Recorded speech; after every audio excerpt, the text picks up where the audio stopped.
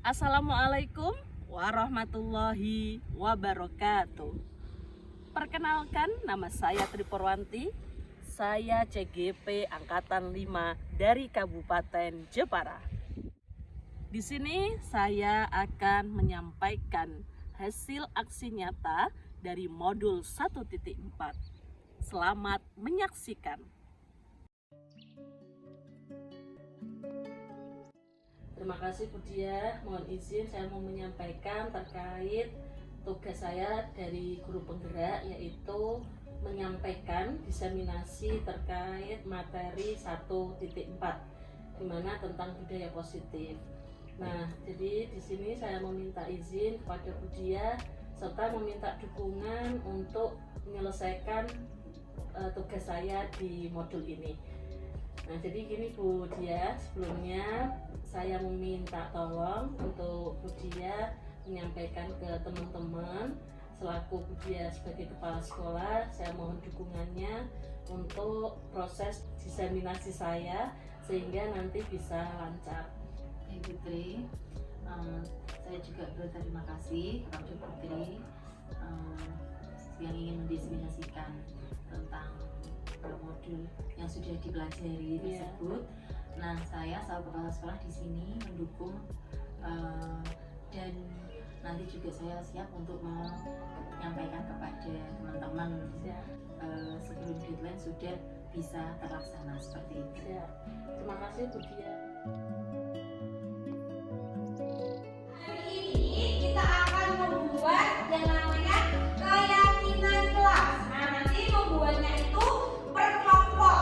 Ini Bunda akan menjelaskan bagaimana kita menjadi pribadi yang ketika melakukan kesalahan bisa mengatasi kesalahan tersebut. Caranya dengan kita kembali kepada keyakinan kelas.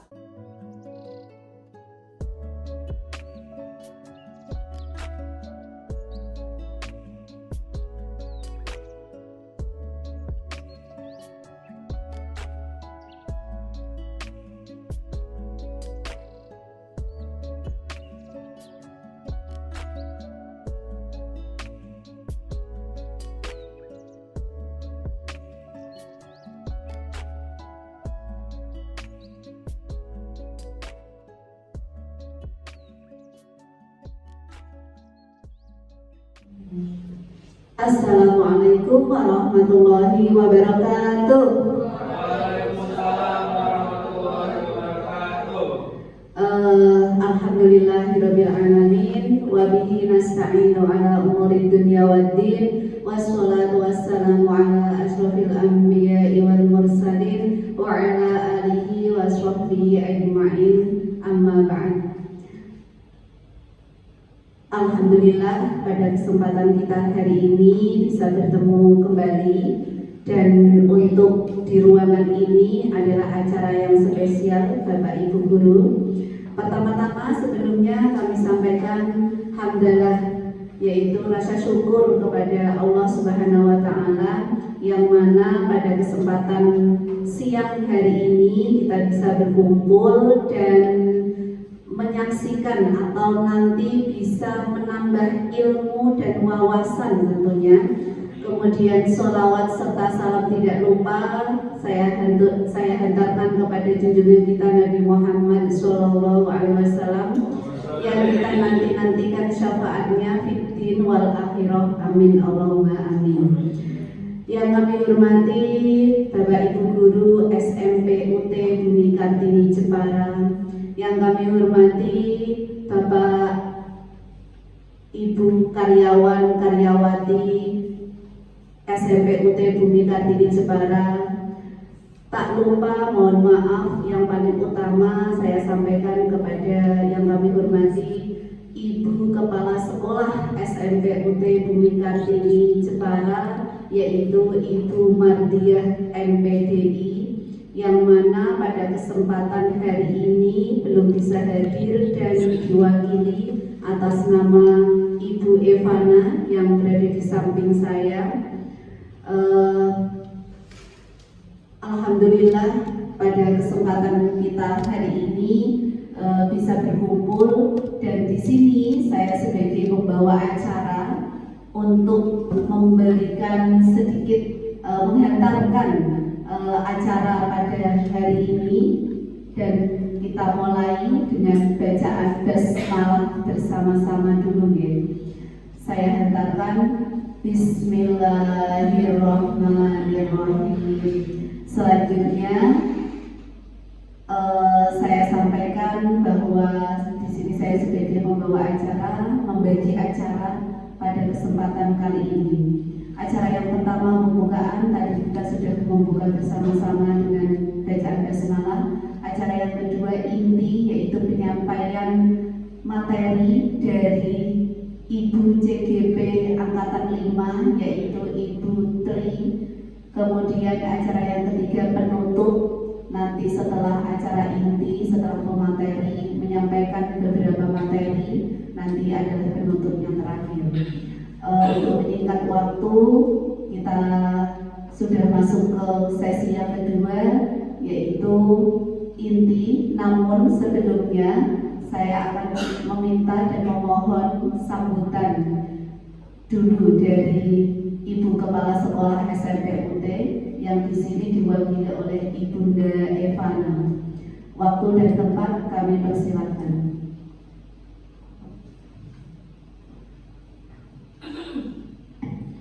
Terima kasih atas waktunya. Assalamualaikum warahmatullahi wabarakatuh. Waalaikumsalam warahmatullahi wabarakatuh. Mohon izin Bapak Ibu guru dan beserta staf karyawan, karena pada kesempatan siang hari ini Bu Dia, Kepala Sekolah kita berhalangan hadir karena di jam yang sama sedang melaksanakan rapat dinas di Jipura. Jadi di sini saya akan menyampaikan pesan-pesan dari beliau terkait diseminasi budaya positif oleh Ibu Tri Purwati, CGP Angkatan 5 dari Kota Jepara, khususnya SMPUT Ibu Kartini Jepara. Di sini Bu Dia berpesan, Bu Dia sangat mendukung adanya diseminasi ini karena akan berdampak baik pada lingkungan, terutama pada siswa-siswi SMPUT Ibu Kartini Jepara. Semua diklat, semua pengetahuan dan ilmu yang didapatkan oleh Putri bisa disampaikan kepada rekan sejawat, kepada semua warga sekolah, khususnya kepada siswa-siswi SMPUT Ibu Kartini Jepara yang nantinya akan menjadi generasi penerus bangsa. Nah, pendidikan guru penggerak ini juga sebenarnya program dari pemerintah yang sangat positif yang Bapak Ibu bisa ikuti. Semoga Putri menjadi salah satu guru yang mengawali dari guru penggerak di SMPUT ini dan menjadi motivator terhadap teman-teman, terhadap semua warga sekolah sehingga bisa bergerak ke arah yang positif. Jadi di sini tidak bisa saya lakukan sendiri. Pastinya semua warga sekolah harus mendukung adanya program baik ini.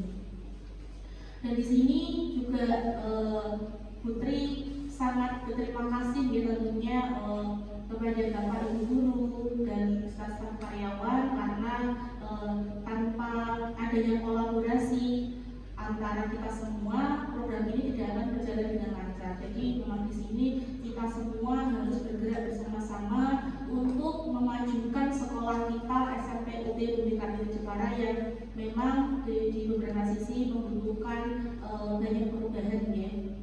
Apalagi sekolah kita itu kan masih baru sehingga membutuhkan saran, kritik, masukan dan dukungan dan program-program yang baik tentunya untuk kemajuan sekolah kita. Dan di sini sekolah kita sudah baik, tidak harus kita tidak usah membuat program yang aneh-aneh misalkan. Jadi kita harus bersikap positif ya, kita harus bersikap terbuka dengan adanya perubahan zaman sekarang. Jadi kita harus bisa memfilter apa-apa yang bisa diterapkan di sekolah ini. Jadi kita jangan bersikap tertutup. Kita harus selalu beradaptasi dengan perkembangan zaman. Jadi sekali lagi Ibu Kepala Sekolah sangat mendukung adanya program ini dan khususnya diseminasi pada siang hari ini yang dilaksanakan oleh Putri kepada semua warga sekolah yang hadir pada kesempatan siang ini. Itu saja yang bisa saya sampaikan. Untuk selanjutnya saya akan serahkan lagi ke Bu Nihla sebagai pembawa acara. Terima kasih atas sambutannya dari Ibunda Evana, perwakilan dari Ibu Mardian selaku Kepala Sekolah SMP Putri. Selanjutnya, ini dia acara yang kita nanti bersama Bapak Ibu Guru, yaitu pemaparan materi atau diseminasi aksi nyata modul budaya positif. Kalau di CGP-nya Ibunda Tri itu budaya positif modul 1.4. Nah, seperti itu. Kita sambut, dan untuk saya pribadi, waktu dan tempat kami persilakan kepada Ibunda Tri. Assalamualaikum warahmatullahi wabarakatuh. Waalaikumsalam warahmatullahi wabarakatuh. Alhamdulillahirabbil alamin. Senang sekali berjumpa Bapak Ibu guru yang luar biasa. Pertama-tama, marilah kita panjatkan puji syukur kehadirat Allah Subhanahu wa taala karena dengan limpahan rahmat serta berkah dari Allah kita semua bisa berkumpul menjadi satu di ruangan yang insya Allah penuh manfaat. Kedua kalinya sholat serta salam tak lupa kita aturkan pangkuan beliau junjungan Nabi Agung Muhammad Sallallahu Alaihi Wasallam. Semoga kelak di yaumil qiyamah kita diberikan pertolongan oleh Rasulullah. Amin ya rabbal alamin. Ketiga kalinya saya di sini kalau dibilang sebagai narasumber itu nampaknya kurang pas. Nah, di sini Bunda akan berbagi praktek baik di mana apa yang telah Bunda dapatkan atau apa yang telah saya dapatkan pada CGP atau pada modul program pendidikan guru penggerak khususnya pada modul 1.4 itu bisa terlaksana dengan baik. Oke, seperti biasanya saya setiap di depan kelas ketika mau mengajar itu saya selalu menggaungkan semangat pagi. Jadi di sini saya mau ngecek semangat teman-teman semuanya, Bapak Ibu semuanya, boleh ikuti gerakan saya, boleh? Boleh. Oke. Tolong kita di sini berniat fokus, berniat untuk menambah ilmu, tinggalkan yang menjadi beban-beban pikiran. Kita fokus ke sini, kita fokus di sini. Insya Allah nanti kita akan belajar bareng terkait budaya positif. Oke, ketika saya bilang selamat pagi, jawabannya begini: selalu semangat pagi, gitu ya. Oke, boleh? Boleh, Ibu? Iya. Oke, saya akan cek semangat Bapak Ibu semuanya. Selamat pagi. Selalu semangat pagi. Mantap, luar biasa. Tepuk tangan buat kita semua. Oke, sesuai tadi yang disampaikan oleh Ibu MC bahwa hari ini kita akan belajar bareng terkait tentang budaya positif. Namun sebelumnya semuanya mungkin sudah kenal saya ya. Ada beberapa yang belum kenal kawan saya yang di belakang itu dari SD lain ya. Terima kasih Bapak Fauzan sudah hadir. Nah, kemudian untuk selanjutnya Ibu. Nah, kita akan mempelajari konsep-konsep kunci dalam budaya positif, yaitu yang pertama ada perubahan paradigma, kemudian ada disiplin positif, kemudian motivasi perilaku manusia, kebutuhan dasar manusia, posisi kontrol restitusi, keyakinan kelas, dan yang terakhir segitiga restitusi. Nampaknya kok asing semua ya Bu? Atau adakah yang sudah mempelajari atau mungkin sudah mengetahui beberapa bagian dari 7 bagian yang nantinya akan kita pelajari? Ada? Oke. Oke, berarti kita saling berbagi ya ini. Oke, selanjutnya kita yang pertama adalah perubahan paradigma. Namun sebelum kita menuju ke materi pertama, Bunda, maaf kalau di kelas saya selalu dipanggil Bunda ya, jadi saya sudah terbiasa. Nah, mohon maaf saya di sini akan memberikan beberapa pertanyaan tematik. Nah, tolong bisa nanti kita saling berinteraksi. Nah, kira-kira apakah setuju atau apakah Anda setuju dengan pernyataan ini? Pernyataan pertama, hukuman dapat mendisiplinkan anak. Gimana Bapak Ibu? Dari pernyataan hukuman dapat mendisiplinkan anak. Kira-kira ada yang mau berpendapat bagaimana dengan pernyataan yang ada di depan? Halo? Masih semangat?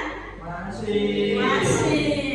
Nah, ini agak lemes-lemes kenapa ya? Nah, kita berharap di sini kita sharing bersama teman-teman semuanya, kita saling berbagi, belajar. Oke, ada yang mau berpendapat sebelum ke pertanyaan selanjutnya? Oke, dari Bu Lilik nampaknya wajahnya sumringah ini, mau nggak Bu Lilik? Terima kasih Putri. Ya. Pertanyaannya apa ya Putri? Nomor 1 Ibu, hukuman dapat mendisiplinkan anak. Apakah Bu Lilik setuju? Sangat tidak setuju. Sangat tidak setuju. Baik. Karena pengalaman saya kalau dihukum itu malah tumbuhnya saya tumbuh besar dalam luka. Oh, Iya. trauma. Yes. Begitu. Oke, terima kasih buat Bunda Lili. Ada tepuk tangan. Ya. Tepuk tangan jangan malu-malu ya Kak ya. Nah, kita harus semangat selalu. Oke. Ini ada bukan hanya Bapak Ibu guru ya, di sini ada pengurus boarding. Nah, di sini. Oke. Di sekolah kita kan ada boarding ya, boarding school di mana ada pengurusnya. Silakan Mbak Nina, bisa apakah menurut Mbak Nina hukuman itu bisa mendisiplinkan anak? Nah, gimana Mbak Nina ketika di boarding lihat anak-anak yang berbagai karakter, pastinya ada yang tidak disiplin kan? Kira-kira gimana dengan pernyataan hukuman dapat mendisiplinkan anak? Apakah setuju? Setuju. Kenapa setuju? Karena dengan hukuman kenapa? Oke, akan sadar ya. Karena dengan hukuman anak-anak yang melakukan kesalahan itu akan sadar. Oke, tepuk tangan buat Mbak Nina. Oke, selanjutnya pertanyaan yang kedua. Pemberian hukuman dengan hal positif seperti membaca atau membersihkan halaman sekolah dapat meningkatkan disiplin anak. Nah, ini kalau tadi sudah dari ibu-ibu, sekarang Bunda terus. Saya mau ke Bapak Rafael. Gimana Bapak Rafael? Menurut Bapak? Pertanyaan yang kedua, pemberian hukuman dengan hal positif seperti membaca atau membersihkan halaman sekolah dapat meningkatkan disiplin anak. Setuju tidak? Saya setuju. Ya, karena dapat buat kapal. ya. Oke, tepuk tangan buat Pak Rafael. Ini biasanya memang kalau ada hukuman, baik itu hukuman positif atau hukuman negatif, itu biasa membuat trauma, kapok dan lain sebagainya. Nanti kita akan bahas di pembahasan selanjutnya ya. Kemudian yang ketiga, memberi penghargaan. Penghargaan bisa berupa hadiah, bisa berupa pujian. Nah, dapat meningkatkan motivasi belajar anak. Nah, di sini alhamdulillah sudah hadir siswa juga di sini kelas 9. Kira-kira siapa? Perkenalkan dulu. Kak Naila. Kira-kira Kak Naila, menurut Kak Naila sebagai siswa, kira-kira kalau diberi penghargaan apakah motivasinya akan bertambah? Iya. Iya. Karena kalau kasih penghargaan itu kayak semangat. Oh iya, saya kasih penghargaan semangat. Oke, tepuk tangan buat Mbak Naila. Oke. Nah, selanjutnya dari dari ketiga pertanyaan tersebut, saya tidak akan membenarkan dan tidak akan menyalahkan. Nanti kita akan bisa menyimpulkan sendiri bagaimana pemahaman kita. Next, Bu. Oke, pertama kita akan membahas perubahan paradigma. Next, yaitu Bunda, mohon maaf, saya akan meminta teman-teman, Bapak Ibu guru untuk melakukan demonstrasi atau melakukan praktek secara nyata. Nah, saya memiliki kertas. Saya akan membagikan kertas.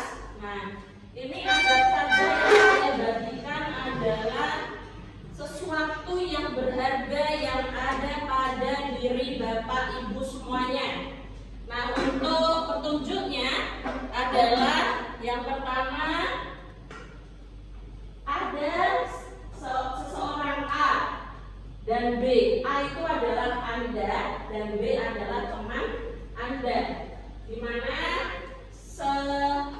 ini prakteknya sobeklah sekali kertas ya. Nah, sudah saya sampaikan, sudah saya bagikan untuk sekali kertasnya. Tolong sekali kertas ini diibaratkan adalah sesuatu yang sangat berharga buat kalian.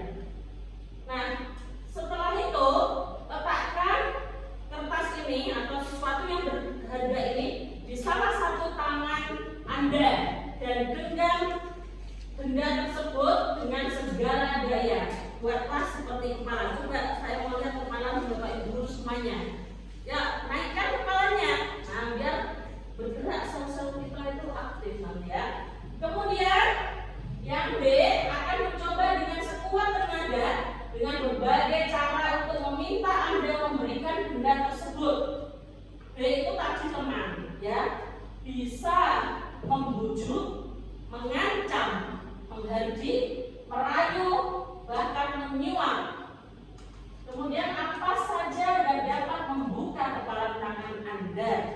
Nah, tadi kita sudah membayangkan ya, sesuatu yang di kepala tangan kita itu adalah sesuatu yang sangat berharga untuk kita. Nah, jika ada temanmu si B ingin membuka kepala tangan kamu, bolehkah? Boleh tidak? Oke, siapa yang mau berpendapat? Dari Bapak Ibu guru ada yang mau berpendapat? Oke, hubungan, monggo. Apa yang Ibu Bunga lakukan untuk apakah kepala tangan Ibu Bunga akan dibuka atau tetap menutup? Bagaimana Bu? Tidak. Kenapa Bu?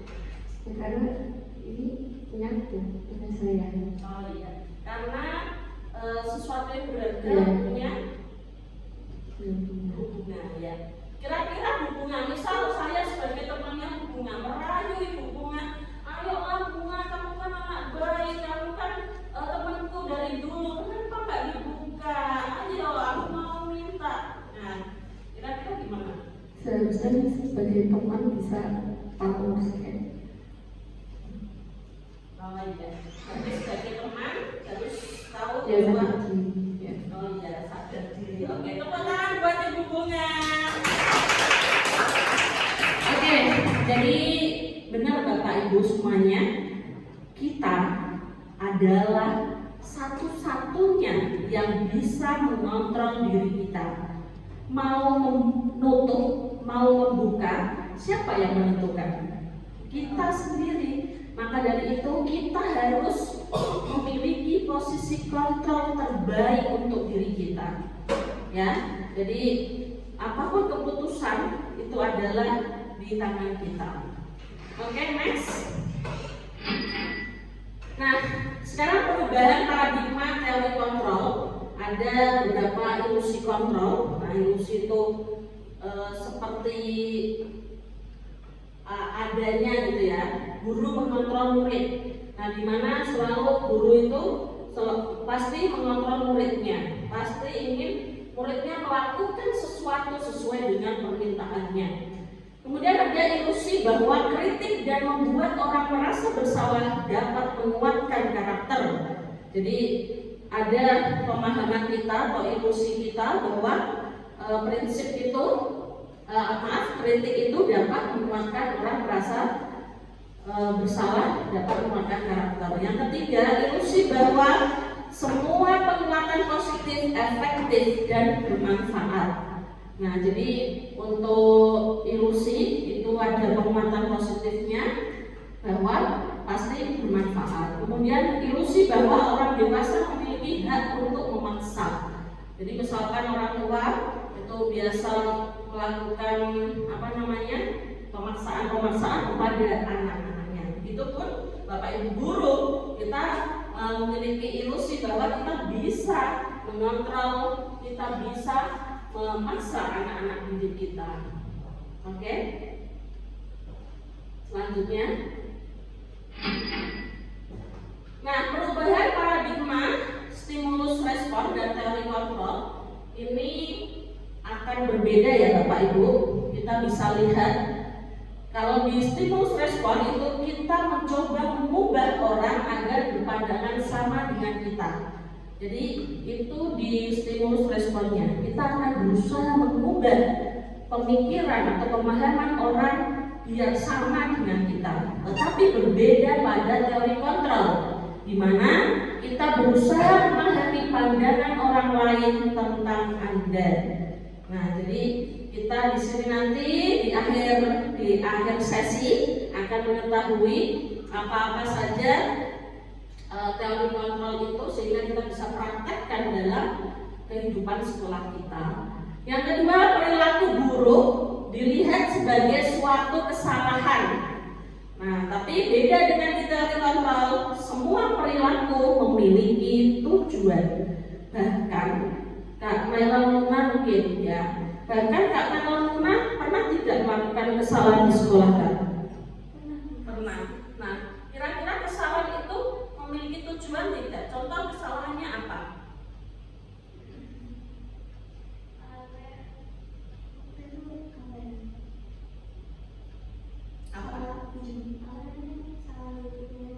Ya, salah ambil punya orang, terus setelah itu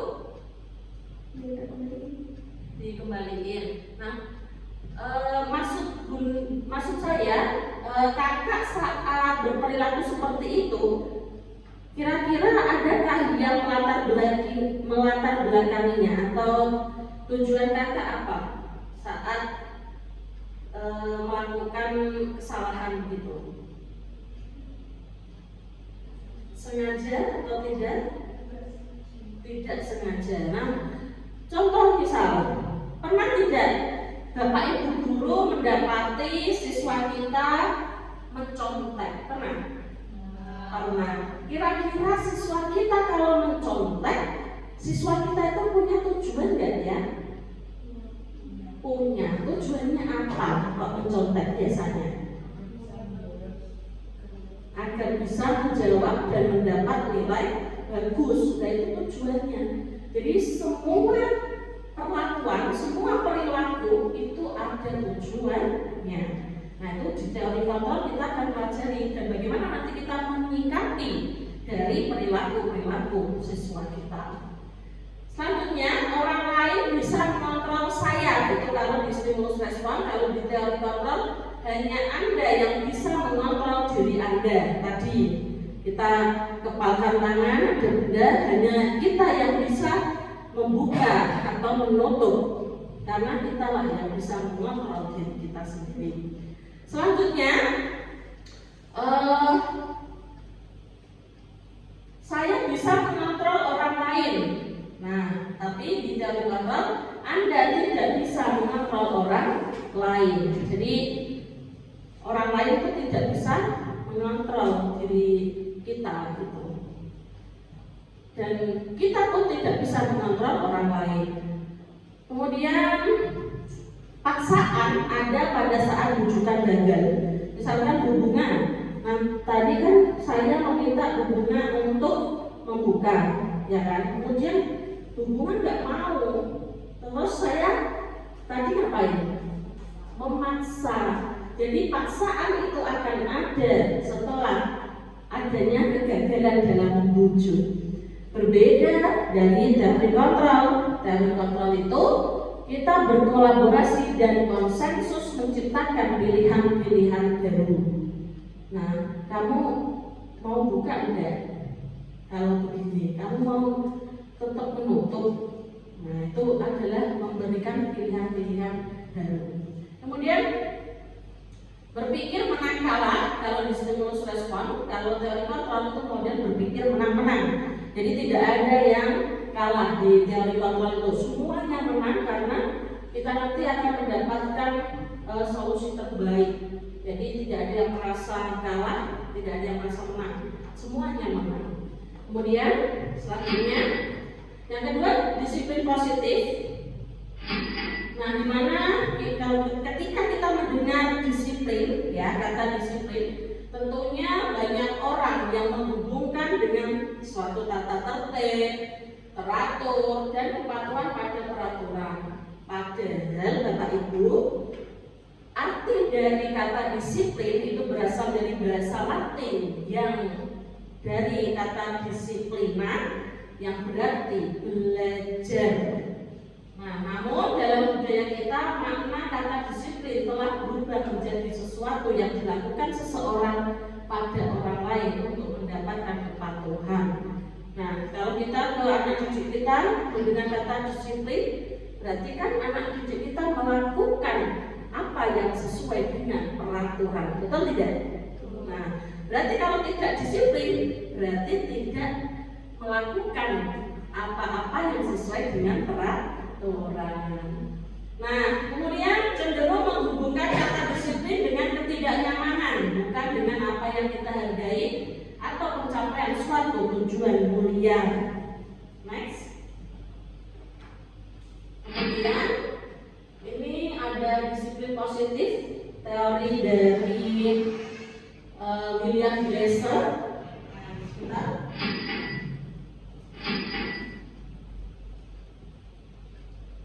Jadi teori positif ini Anda tidak bisa mengontrol orang lain, hanya Anda yang bisa mengontrol diri Anda. Tadi ya teori kontrol. Kemudian semua perilaku memiliki tujuan, dimana tadi sudah saya sampaikan juga teori motivasi. Yang pertama itu untuk menghindari hukuman. Kak Nela Muna yang sebagai siswa ya, kira-kira kakak itu ketika melakukan kedisiplinan itu ada dalam pikiran kakak tidak untuk menghindari hukuman, biar tidak dihukum, jadi saya mending disiplin, betul tidak? Tuh. Gimana? Ya gitu. Apa? Ya kan kayak begini. Misal boleh telat, kamu harusnya berangkat awal biar nggak dihukum nanti ngapain. Oh iya. Berangkat sekolah lebih awal atau tidak telat supaya tidak dapat hukuman. Nah, kemudian yang kedua untuk mendapatkan imbalan. Nah, misal Bu Davina pasti tentunya ada siswa-siswa kita yang melakukan kegiatan ataupun dia bisa menyelesaikan persoalan dengan cepat, tentunya menginginkan suatu imbalan tidak? Ya, contohnya imbalan apa? Kalau Bu Davina melihat anak-anak kita, seperti apa imbalan berupa apa? Oke, biasanya berupa suatu pujian atau penghargaan. Jadi Bapak Ibu semuanya, untuk menghindari hukuman dan untuk mendapatkan imbalan itu masih dalam kategori motivasi ekstrinsik, di mana kita tahu motivasi ekstrinsik itu berasal dari luar, bukan dari dalam diri sendiri, sehingga sifatnya jangka pendek. Nah, kenapa? Karena tidak muncul dari diri sendiri, tidak muncul dari kesadaran bahwa hal itu harus dilakukan dan tidak dilakukan, itu belum ada. Tetapi berbeda pada untuk menghargai diri sendiri. Inilah yang termasuk motivasi intrinsik, di mana oh aku tidak mau telat karena aku adalah seseorang yang disiplin. Aku mau mengerjakan soal dengan cepat karena aku memiliki keyakinan kalau belajar adalah tugas saya. Nah, jadi kalau ada motivasi intrinsik yang dari dalam diri kita sendiri, maka nanti akan berjangka panjang. Ada tidaknya hukuman, ada tidaknya imbalan tidak menjadikan itu sebagai dasar kita melakukan sesuatu. Itu ya Bapak Ibu ya. Kemudian ada nilai kebajikan universal yang nantinya dijadikan keyakinan kelas. Nah, di keyakinan kelas inilah Bapak Ibu yang kemarin sudah saya sampaikan kepada Bapak Ibu semuanya terkait tentang bagaimana kita membuat keyakinan kelas, bukan lagi konsekuensi, bukan lagi peraturan, melainkan keyakinan apa yang nantinya menjadi pribadi kita. Contoh, kemarin kelas 7A ya, kelas 9A juga sudah ya. Kelas 9A juga sudah dibuat keyakinan kelas bersama Ibu Wali kelas masing-masing. Ibu Davina yang di kelas 8A sudah juga ya. Nah, keyakinan apa Bu Davina yang kemarin Ibu sampaikan di saat aksi nyatanya? Membuat apa?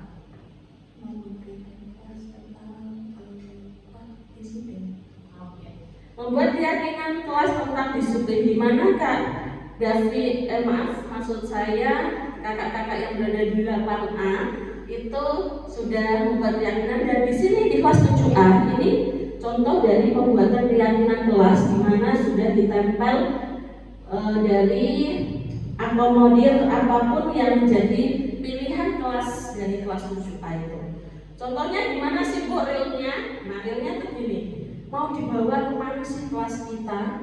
Kelas kita itu mau memiliki karakter seperti apa? Tadi ada yang bertanya pada saat kemarin, pada saat pembuatan keyakinan kelas. Apakah kelas kita mau dibawa kemana sih Bu? Apakah kelas ini mau dibuat kotor atau bersih? Kelas ini mau dibuat untuk berdebat terus dengan apa istilahnya, kata-kata yang jelek?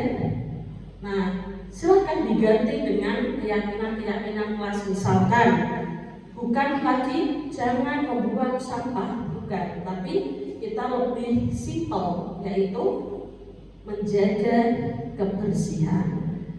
Terus misalkan jangan mencontek saat ujian, diganti dengan menghargai diri sendiri, percaya pada diri sendiri, maka itu nanti akan melekat pada diri masing-masing siswa kita.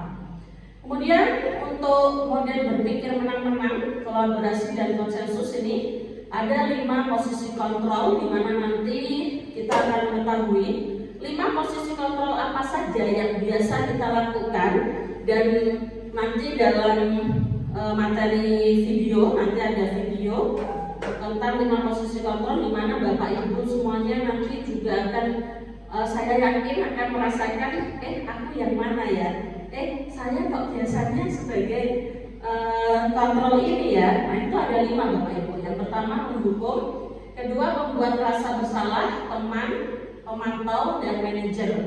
Nah, kemudian nanti kita akan merefleksi apa saja prosesi yang telah kita lakukan selama kita menjadi Bapak Ibu guru, seperti itu. Nah, kemudian selanjutnya ada segitiga restitusi, di mana yang pertama adalah menstabilkan identitas, yang kedua validasi kebutuhan, dan yang ketiga menanyakan keyakinan. Ini adalah step by step dari segitiga restitusi. Kemudian selanjutnya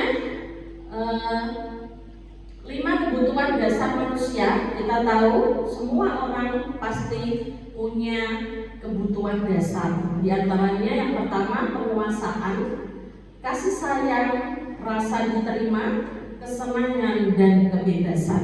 Itu 5 dasar kebutuhan di seluruh dunia. Pasti Mbak Nina, kira-kira Mbak Nina kalau dilarang untuk keluar dari boarding ini dengan paksaan, kira-kira Mbak Nina merasa kebutuhan dasar Mbak Nina apa yang dikekang dari 5 ini? Kebebasan. Betul. Tepuk tangan buat Mbak Nina. Nah, Mbak Nina ini mengurus boarding ya, sehingga Mbak Nina tahu persis bagaimana nanti bisa mengatasi anak-anak yang ada di boarding kita. Kemudian kita lanjutkan, Bu. Oke. Nah, disiplin positif menurut Ki Hajar Dewantara dan Daeng Gosain mengemukakan bahwa disiplin positif bermakna bentuk kontrol diri, yaitu belajar untuk kontrol diri agar dapat mencapai suatu tujuan yang liar. Nah, selanjutnya nih kita lihat nilai-nilai kebajikan adalah sifat-sifat positif manusia yang merupakan tujuan mulia yang ingin dicapai setiap individu. Nilai-nilai tersebut bersifat universal dan lintas bahasa, suku, bangsa, agama maupun latar belakang. Nah, tadi yang sudah saya sampaikan juga Bapak Ibu, bahwa suatu atau seseorang melakukan perilaku itu pasti memiliki suatu tujuan. Itu pendapat dari Dr. William Glasser pada teori kontrol.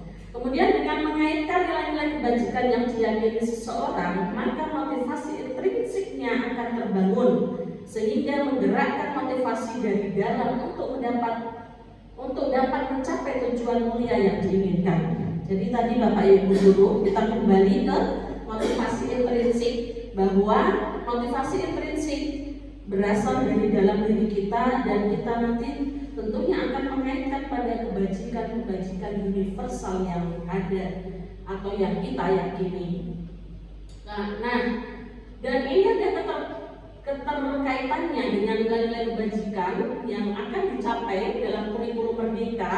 Itu adalah kita mengenal dengan profil pelajar Pancasila yang biasa kita singkat menjadi P5.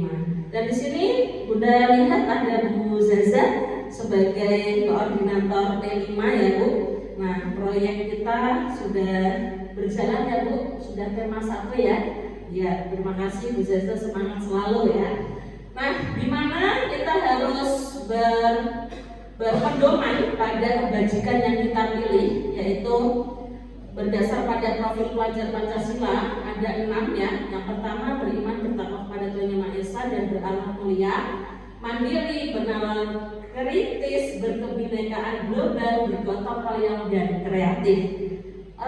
Bunda, di sini adakah guru kelas 7 yang dimana tema 1 di sekolah kita sudah melihat bagaimana profil pelajar Pancasila dari dimensi apa yang kita pilih. Bu Eva, kelas 7 ya? Ya. Boleh disampaikan untuk proyek kita yang proyek matematika, yang proyek bahasa Indonesia, IPA, dan STK.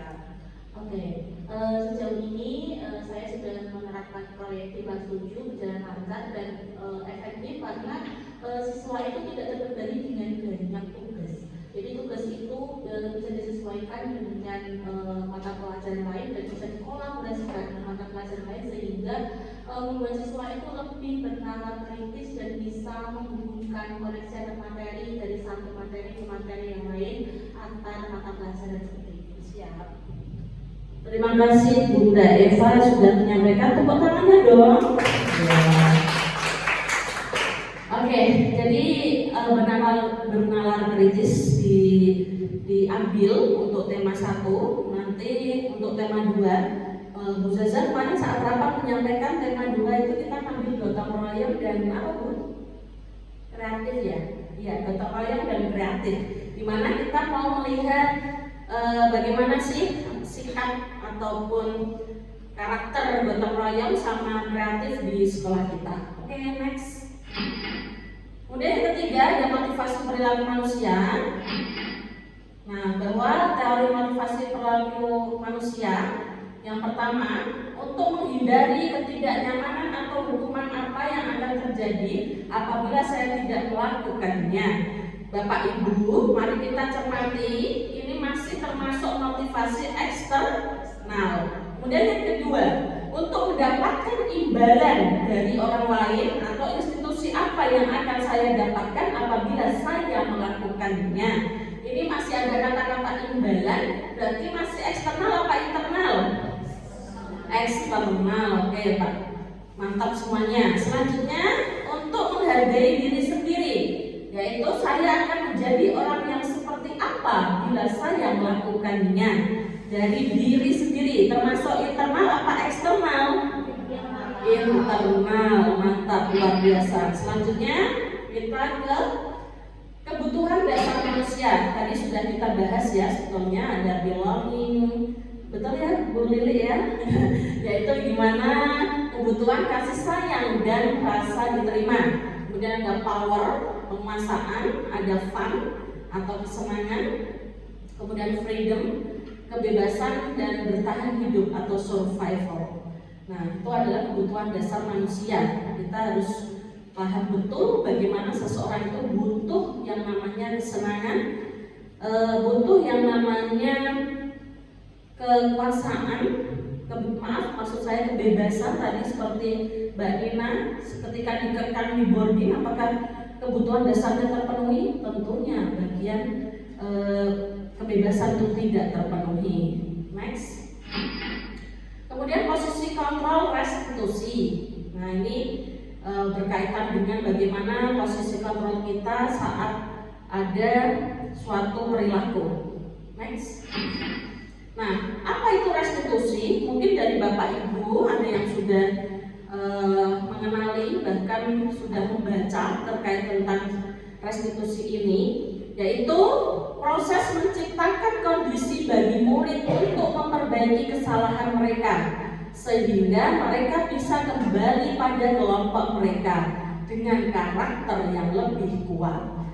Jadi restitusi ini bukan lagi kita meminta anak itu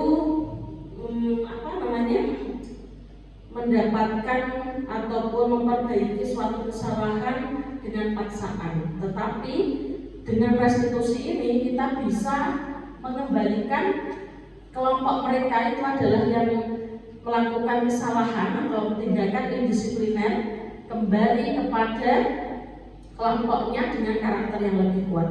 Jadi bagaimana sih kita memunculkan kesadaran-kesadaran dari diri anak yang melakukan kesalahan untuk bisa mengembalikan ke posisi yang semestinya atau kembali ke jalan yang benar dengan kesadaran sendiri, bukan dengan paksaan.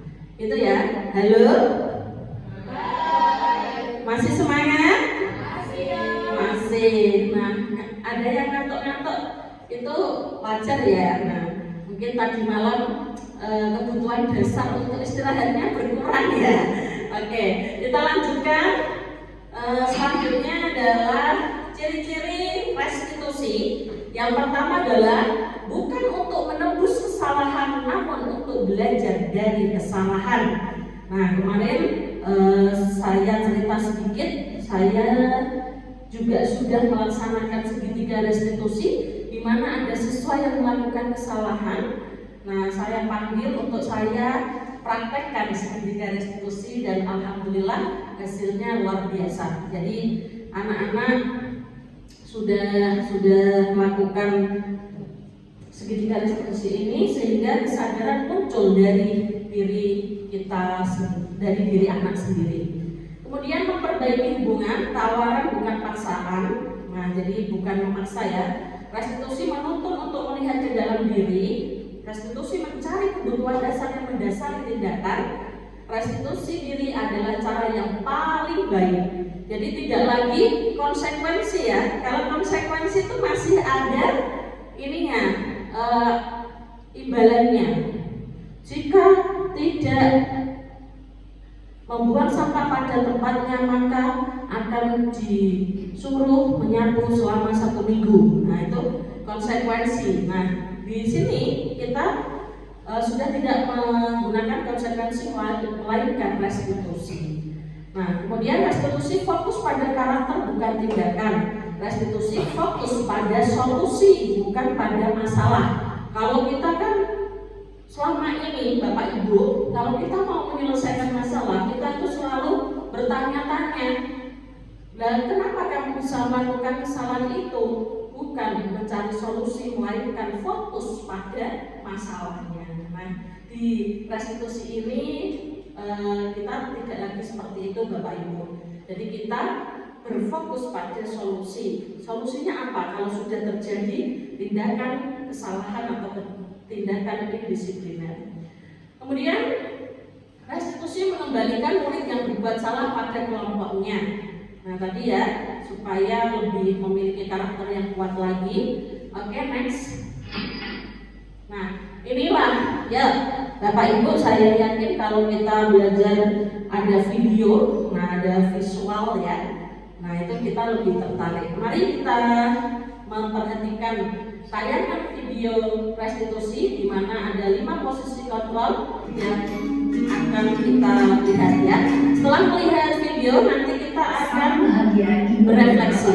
Mari kita perhatikan. Dalam penerapan disiplin positif restitusi, salah satu program yang dikembangkan adalah 5 posisi kontrol. 5 posisi kontrol dalam restitusi adalah proses perjalanan seorang pendidik agar dapat mengenali dirinya. Pada video kali ini, kita akan membahas tentang 5 posisi kontrol yang dikembangkan oleh Diane Rosen dan contoh penerapannya.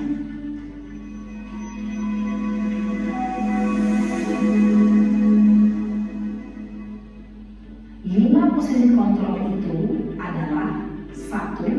Posisi penghukum. 2. Posisi pembuat merasa bersalah. 3. Posisi teman. 4. Posisi pemantau atau monitor. Dan 5. Posisi manajer.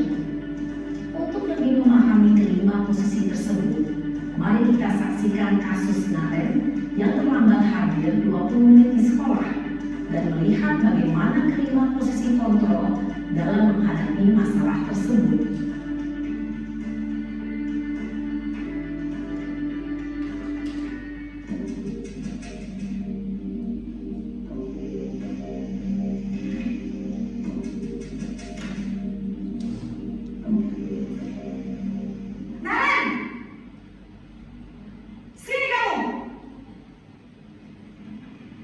Selamat pagi, Bu. Selalu terlambat. Kamu deh, pasti terlambat. Maaf, Bu. Saya Apa? Apa coba? Alasan kamu apa lagi? Kapan sih kamu tidak terlambat? Malas sekali ya kamu jadi anak. saya Dasar pemalas. Gak kapok-kapok sih kamu. Sudah berapa kali terlambat? Sana, kamu keliling lapangan basket 2 kali. kenapa saya harus keliling lapangan basket, Bu? Kenapa? Kamu melawan ibu? Berani-beraninya jawab. Sudah terlambat, masih berani jawab pula. Sekarang, keliling lapangan basket 5 kali sekalian. Biar kapok. Cepat. Pergi sana ke lapangan basket. Posisi penghukum biasanya berbicara dengan nada tinggi, menghasut, menunjuk-nunjuk, menyakiti, dan menyindir. Hukuman bisa berupa fisik maupun psikis. Ibu dan bapak guru hebat, dampak yang terjadi pada murid ketika guru berada pada posisi penghukum adalah murid cenderung akan memberontak, bahkan menyimpan dendam.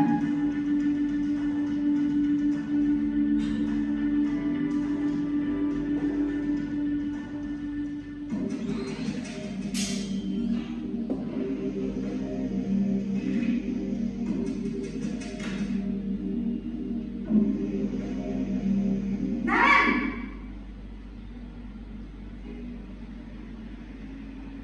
Selamat pagi, Bu.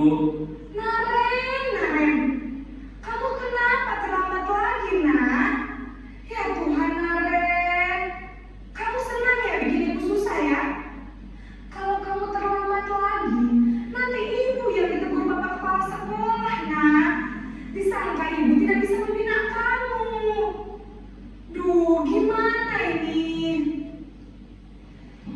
Maaf Bu. Duh Gusti Naren.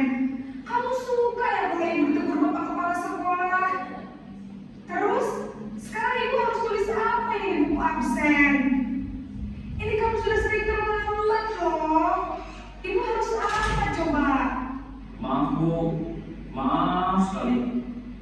Ya sudah, lain kali jangan bikin ibu susah lagi ya nak ya.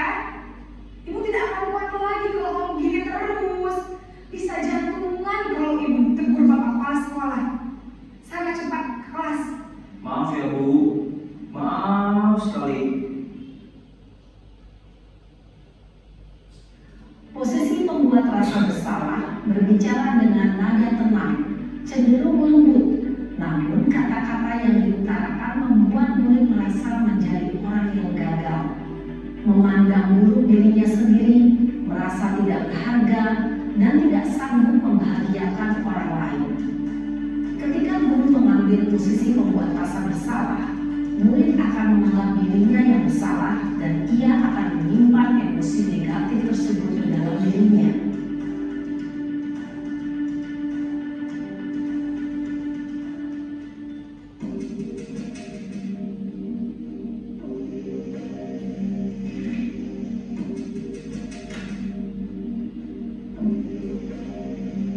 Naren!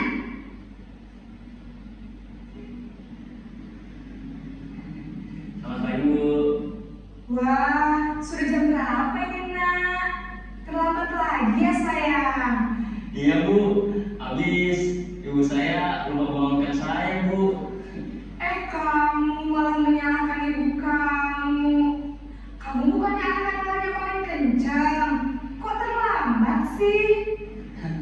Iya Bu. Saya memang terlambat bangun tadi. Jadi biarpun saya lari kencang, tetap gak kencang Bu. Ya sudah sayang, nanti lain kali larinya lebih kencang lagi ya. Biar gak terlambat lagi. Bikin seneng ibu, demi ibu. Bisa kan? Bisa lah Bu. Ya sudah sana masuk kelas. Ibu beresin urusan absen kamu. Kamu ini ada-ada saja. Dalam posisi teman, guru berbicara dengan nada suara ramah, akrab, cenderung bersenda gurau untuk menjaga suasana tetap santai. Murid akan merasa senang, aman, dan akrab dengan guru. Identitas yang tercipta adalah identitas sukses atau berhasil. Namun, perlu diingat, karena ini masih dorongan eksternal, maka ada faktor ketergantungan dari murid kepada orang tertentu. Di sini guru aksennya, sehingga di lain waktu murid bisa berperilaku baik, namun hanya kepada orang-orang tertentu saja.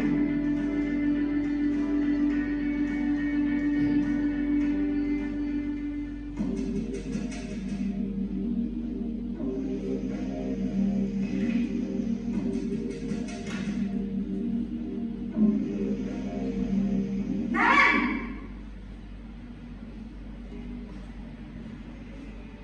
Selamat pagi Bu. Naren, apa peraturan sekolah kita tentang jam berapa kita harus masuk sekolah, nak? Kita harus di sekolah jam 7 Bu. Iya betul, sekarang sudah jam 7.20. Naren sudah tahu konsekuensinya jika terlambat hadir. Paham Bu. Saya harus tinggal kelas pas jam istirahat selama 20 menit. Iya benar, konsekuensinya demikian. Jadi nanti jam 9.30 pas istirahat, kamu harus tinggal di kelas, kerjakan tugas tambahan untuk ketertinggalan kamu, ya? Baik Bu. Posisi pemantau mengandalkan penghitungan atau data untuk mengontrol murid. Guru mengarahkan murid berdasarkan peraturan dan konsekuensi. Seorang pemantau menunjukkan bahasa tubuh dan ekspresi wajah yang datar dan cenderung formal.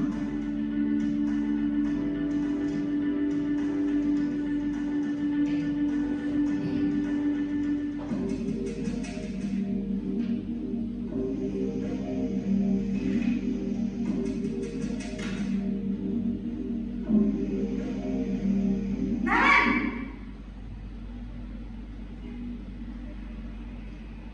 Selamat pagi Bu. Selamat pagi Naren. Maaf Bu, saya terlambat. Iya, sekolah masuknya jam 7, sekarang sudah jam 7.20. Jadi sekarang bagaimana ini Naren? Maaf Bu, saya lupa alarm saya semalam. Baiklah, menurut kamu, keyakinan sekolah yang mana yang perlu kamu tingkatkan? Menghargai diri sendiri dan orang lain mungkin ya Bu. Setuju. Jadi, apakah Naren meyakini prinsip saling menghormati tersebut? Iya Bu, saya meyakininya. Apakah Naren bersedia memperbaiki masalah keterlambatan ini? Bersedia Bu. Bagaimana kamu akan memperbaiki masalah keterlambatan ini? Saya akan coba untuk tidak lupa menyetel alarm saya Bu. Baik, kalau Naren lupa menyetel alarm di rumah, ada orang yang kira-kira bisa bantu mengingatkan tidak? Ada Bu, kakak saya, Kak Emma. Ada lagi selain Kak Emma? Selain Kak Emma, ada ibu saya. Baik, jadi yang mengingatkan Naren adalah Kak Emma dan ibu kamu ya? Kira-kira akan mulai set alarm kapan nih Naren? Setelah pulang sekolah, akan segera saya lakukan. Baik, jadi Naren akan setel alarm untuk bangun besok pagi dan akan diingatkan oleh kakak dan ibu dan Naren ya. Ada lagi yang mungkin perlu dilakukan Naren agar tidak terlambat bangun lagi? Tidak ada Bu. Baik Naren, terima kasih untuk kerjasama kamu. Sekarang kamu perlu kembali ke kelas untuk belajar. Baik Bu, terima kasih. Posisi manajer adalah posisi kontrol yang disarankan untuk membimbing murid memiliki sikap disiplin yang positif, yaitu murid yang mandiri, bertanggung jawab, dan dapat memecahkan masalah. Tujuan dari posisi ini adalah agar murid dapat berefleksi atas tindakannya. Guru akan dengan tulus memberikan pertanyaan-pertanyaan bermakna, sehingga membuat murid dapat belajar dari kesalahannya dan mencari sebuah solusi untuk menyelesaikannya. Ibu dan bapak guru hebat, setelah mengamati adegan kelima posisi kontrol tadi, kira-kira posisi mana yang paling ideal? Posisi mana yang dapat menunjang motivasi intrinsik murid? Ya, tentu posisi manajer. Posisi ini memang posisi ideal dan ingin dituju setiap pendidik. Pada posisi inilah, guru dapat menerapkan disiplin positif dan berpihak pada murid yang memerdekakan murid. Perjalanan seorang pendidik tentunya tidak mudah untuk sampai pada posisi seorang manajer. Namun, tujuan kita pasti, yaitu menciptakan murid-murid yang mandiri, merdeka, dan bertanggung jawab. Semoga penggambaran 5 posisi kontrol yang telah diperlihatkan ini dapat menjadi ajang refleksi bagi kita semua, agar dapat terus mengasah dan menerapkan disiplin positif yang memerdekakan murid. Mari terus berlatih dan bersemangat. Selamat menerapkan. Salam dan bahagia Ibu dan Bapak Guru hebat.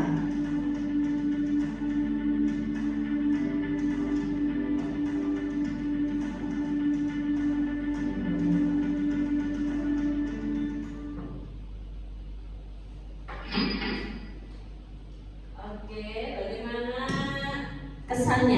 bagaimana kesan Bapak Ibu melihat video tadi, tayangan ada 5 posisi kontrol. Tadi sudah dilihat semuanya ya. Ada berapa Bapak Ibu? 5. Apa saja? Penghukum, membuat merasa bersalah, oke? Posisi teman, kemudian pemantau, dan yang terakhir manajer. Dari kelima posisi kontrol, kira-kira Bapak Ibu mana yang sering dilakukan? Semuanya, ya semuanya. Tapi kalau sudah melihat video telekontrol ini, Bu Lili bagaimana atau apa yang menurut Bu Lili paling tepat untuk menjadi seorang guru? Kontrolnya di bagian apa?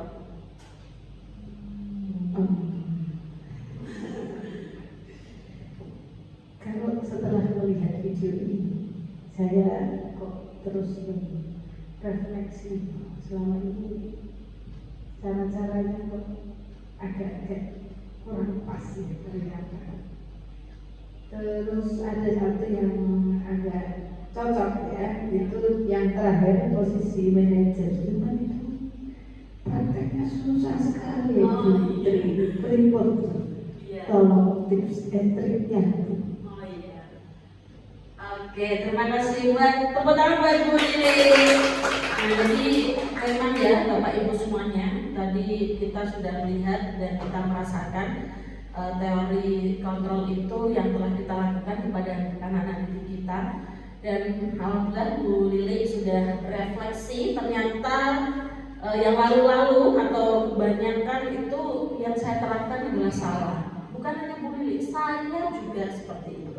Tapi alhamdulillah setelah melihat posisi kontrol ini atau teori tentang posisi kontrol, kita bisa berefleksi dan tentunya memperbaiki diri. Susah kok Bu? Iya, tentunya suatu perubahan itu membutuhkan proses, membutuhkan perjuangan yang luar biasa untuk bisa mencapai hal yang kita inginkan. Kita pelan-pelan ya Bu Lili, kita bersama-sama kita memperbaiki posisi kontrol kita sebagai seorang pendidik, di mana posisi kontrol yang paling baik adalah sebagai manajer, bukan dari keempatnya. Kenapa? Karena posisi sebagai manajer itu sudah bisa menguasai teori sebagai teman dan kontrol sebagai pemantau, begitu Bapak Ibu. Nah, sekarang ada pertanyaan-pertanyaan yang akan kita jawab bersama-sama. Nah, ini ada pertanyaan atau ini, saya kecewa sekali dengan kamu. Kira-kira kalau dijawab sebagai kontrol apa di sini? Kalau bilang saya kecewa sekali dengan kamu, kira-kira apa Bapak Ibu? Apa? Dari 5 itu, penghukum, teman, pemberi rasa bersalah atau merasa bersalah itu, terus pemantau dan manajer. Kira-kira apa? Coba klik, ya, pintar semuanya. Oke, next. Kamu tidak pernah benar melakukannya. Apa kira-kira? Penghukum? Oke, mantap Mbak Nina. Just terus. Ayolah, lakukan demi ibu, lakukan demi bapak. Apa? Teman. Oke, jangan malu-malu ya menjawabnya. Di sini nggak akan dinilai kok. Kita belajar bersama. Oke, apakah kamu mau mendapatkan stiker bintang hari ini? Apa kira-kira? Pemantau. Mbak Nina betul terus ya tadi, mantap ya. Lanjut. Bagaimana kamu bisa menyelesaikan masalah ini? Apa kontrolnya? Manager. Oke, next. Kamu selalu yang paling terakhir. Apa kira-kira? Penghukum. Nah, tepuk tangan buat kita semua. Mantap.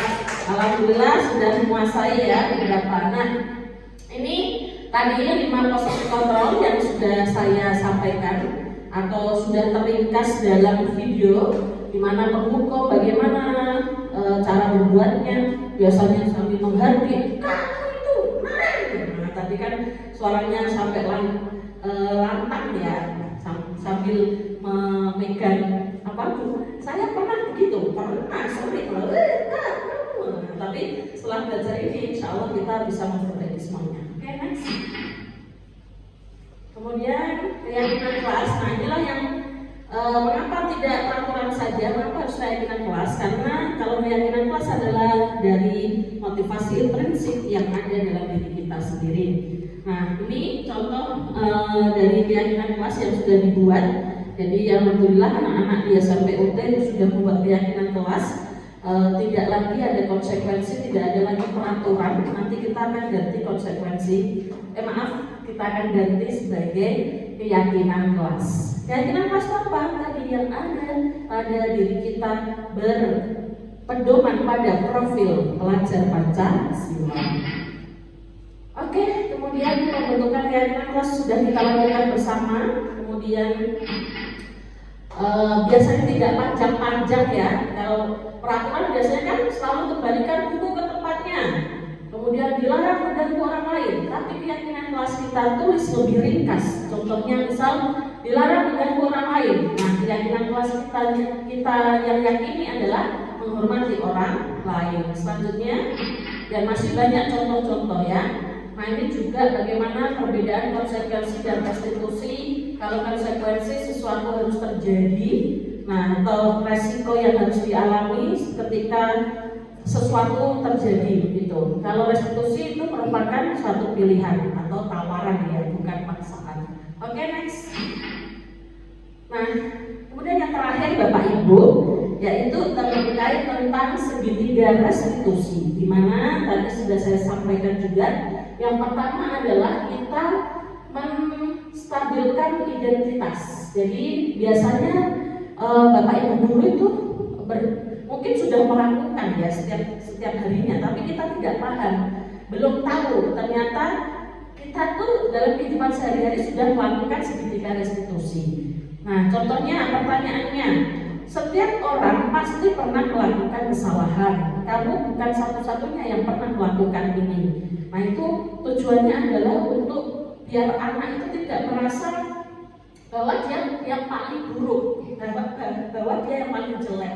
Dia melakukan hal itu karena ada alasannya. Makanya kembali lagi, orang berperilaku karena memiliki tujuan gitu. Kemudian yang kedua tadi, nah lagi Bu.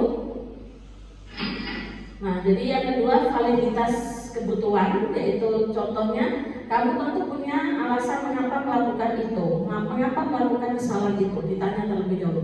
Kemudian bagaimana menanyakan keyakinan, yaitu nilai-nilai yang telah kita sepakati itu apa. Kenapa bisa menolak orang lain, sedangkan keyakinan kelas kita adalah menghormati orang lain.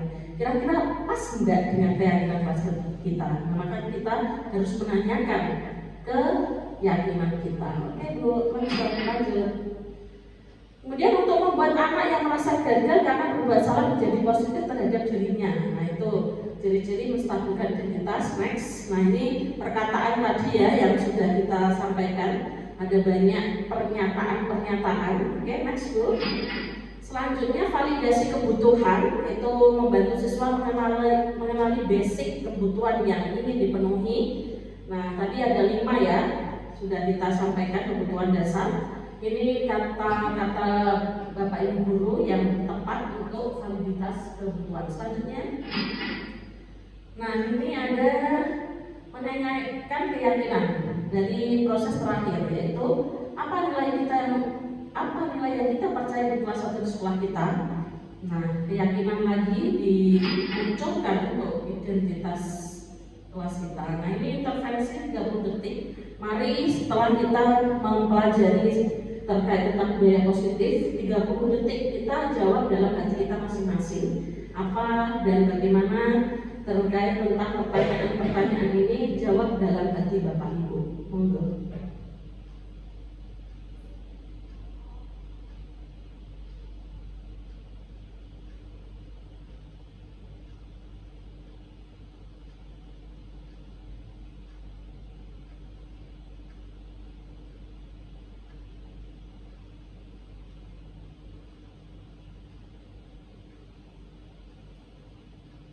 Oke, cukup tenang ya. Selanjutnya salam dan bahagia. Terima kasih. Begitu materi dari saya. Demikian. Jika ada pertanyaan, nanti kita bisa bahas di pertemuan selanjutnya. Karena saya yakin terkait tentang budaya positif ini tidak cukup hanya pertemuan sekali lagi. Nah, begitu dari saya. Mungkin ada kata-kata yang salah, mohon saya dimaafkan, dan semoga ini bisa menjadi wawasan, bisa menjadi ilmu buat kita semua. Dari saya cukup sekian, terima kasih untuk semuanya. Akhir kalam, wassalamualaikum warahmatullahi wabarakatuh. Waalaikumsalam warahmatullahi wabarakatuh. Ya, silakan minum dulu ya Bu. Ya, tepuk tangan sekali lagi buat Ibu Tri, calon guru penggerak kita yang ada di SMP UT Angkatan 5. Semoga dengan pemaparan yang barusan kita dengarkan bersama bisa menambah wawasan, ilmu, dan tentunya informasi dan hal-hal baru di mana nanti bisa kita terapkan bersama-sama ya Bapak Ibu guru di kelas kita masing-masing. Wali kelas kami mohon seperti itu untuk tadi memahami dan kemudian mengaplikasikan. Saya di sini sebagai pembawa acara karena waktu sudah menunjukkan pukul selesai. Jadi kami selaku pembawa acara mohon maaf yang sebesar-besarnya apabila ada salah kata dan salah apapun. Kemudian mengucapkan terima kasih atas kehadiran Bapak Ibu guru yang sudah meluangkan waktunya bersama kami di sini, dan terima kasih lagi buat Putri yang sudah memaparkan begitu banyak materi tentang modulnya di CDP. Akhir kata, wassalamualaikum warahmatullahi wabarakatuh.